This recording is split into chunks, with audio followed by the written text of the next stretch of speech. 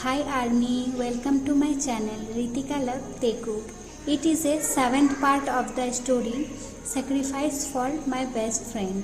So let's start the story.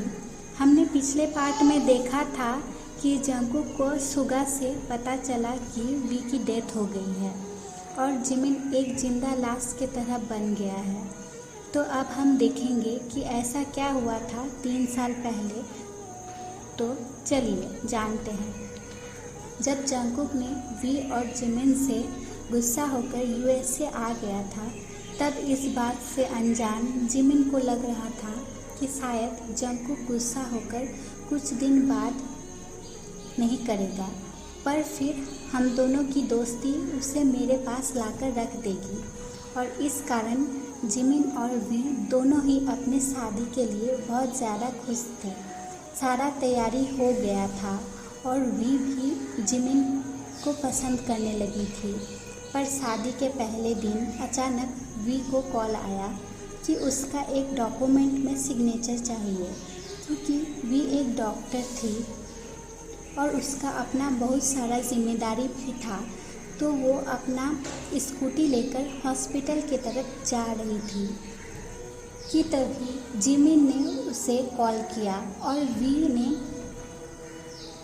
We ने किसका call है जानने के लिए बीच रास्ते में ही स्कूटी को रोकी और उसी वक्त अचानक एक ट्रक आकर वी को टक्कर मार दिया और ऑन द स्पॉट वी की मौत हो गई।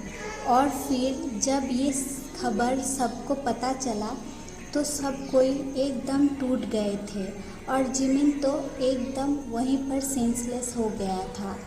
फिर जब जिमिन को होश आया तो डॉक्टर ने कहा कि जिमिन को बहुत बड़ा सदमा लगा है और उसे सब अलग माहौल पर लेकर जाए ताकि वो थोड़ा नॉर्मल हो सके। तो ये सब सुनकर जंगकुक वहाँ से उठा और दौड़कर जिमिन को जाकर कसकर गले लगा लिया। तो जिमिन भी अपने बेस्ट फ्रेंड को इतने दिन बाद पाकर वह भी जंगकुक को टाइटली हग कर लिया और दोनों के आँखों में आंसू आ गए थे। तो जिमिन हग तोड़ते हुए बोला, इतना ज़्यादा गुस्सा हो गया था कि अपने दोस्त से दूर यहाँ चला आया। हाँ जंगकुक बोलो। और दूर आया तो आया, 3 साल तक कोई फ़ोन कॉल तक नहीं किया। हाँ मुझे पता है जंगकुक, उस दिन गलती मेरी थी, पर उसके बाद मेरा सिचुएशन अच्छा नहीं था कि मैं तेरे को ढूंढूं। पर जब मुझे तेरी सबसे ज़्यादा ज़रूरत थी तब मुझे पता चला कि मेरा दोस्त कब का मुझे छोड़कर चला गया है। तो जंगकुक बोला मुझे बहुत इम्पोर्टेंट काम आ गया था जिमिन, और फिर मेरी बहन भी यहीं थी तो मैं चला आया यहाँ। तो जिमिन ने कहा, सच बोल रहा है तू? तो जंगकुक ने कहा, हाँ मैं सच बोल रहा हूँ। और अपने मन में कहा, सच में कभी नहीं बोल पाऊँगा जिमिन, क्योंकि तू पहले से ही बहुत हर्ट है और मैं तुझे हर्ट नहीं कर सकता। तो जंगकुक बोला, छोड़ ये सब, हम सब लोग बहुत सालों बाद मिले हैं, चल जाकर मस्ती करते हैं। तो फिर सारे दोस्त एक साथ खाए, फिर सबने मिलकर हंसी मजाक करने लगे। तो मैंने जिमिन के तरफ देखा तो सुगा ने मेरे कंधे पर हाथ रखा और बोला, सच में सबके मुंह में हंसी लाने का तरीका तुझे अच्छे से पता है जंगकुक, क्योंकि वी के चले जाने के बाद जिमिन आज खुलकर हंसा है और सबसे बात कर रहा है। पर भाई मुझे एक बात समझ नहीं आई कि तेरे और ते के बीच क्या चल रहा है। अब देख, मुझे झूठ बोलने की कोशिश भी मत करना, क्योंकि मुझे सब पता है। और तू जंगकुक आज पूरे 3 साल बाद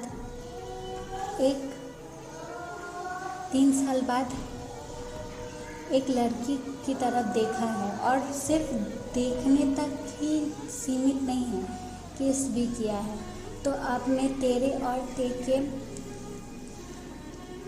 ते के बीच कुछ नहीं है। तो जंगकुक बोला, हाँ तूने सही बोला है, उस ते के अंदर कोई तो ख़ास बात है जिस कारण मैं उसके तरफ अट्रैक्ट हो गया, और ते के आँखों से तो मुझे प्यार हो गया है। इतनी सुंदर आँखें मैंने पहले कभी नहीं देखा है। तो सुगा जंगकुक को बोलता है, अरे अरे बस चुप हो जा, और कितने तारीफ़ों के फूल बांधेगा। हाँ, सीधा सीधा बोल कि तुझे उससे प्यार हो गया है। तो जंगकुक बोला, शायद हो सकता है। तो सुगा बोला, इस कारण मुझे तुझ पर गुस्सा आता है। पहले तो कुछ समझ ही नहीं पाएगा, और जब वो लड़की किसी और की हो जाएगी तो देवदास बन के फिरेगा। तो आर्मी आज के लिए इतना ही। आगे अभी बहुत कुछ होने वाला है, और तेकुक की बहुत क्यूट मोमेंट भी है। तो आगे क्या होगा ये देखने के लिए वेट करें नेक्स्ट पार्ट का।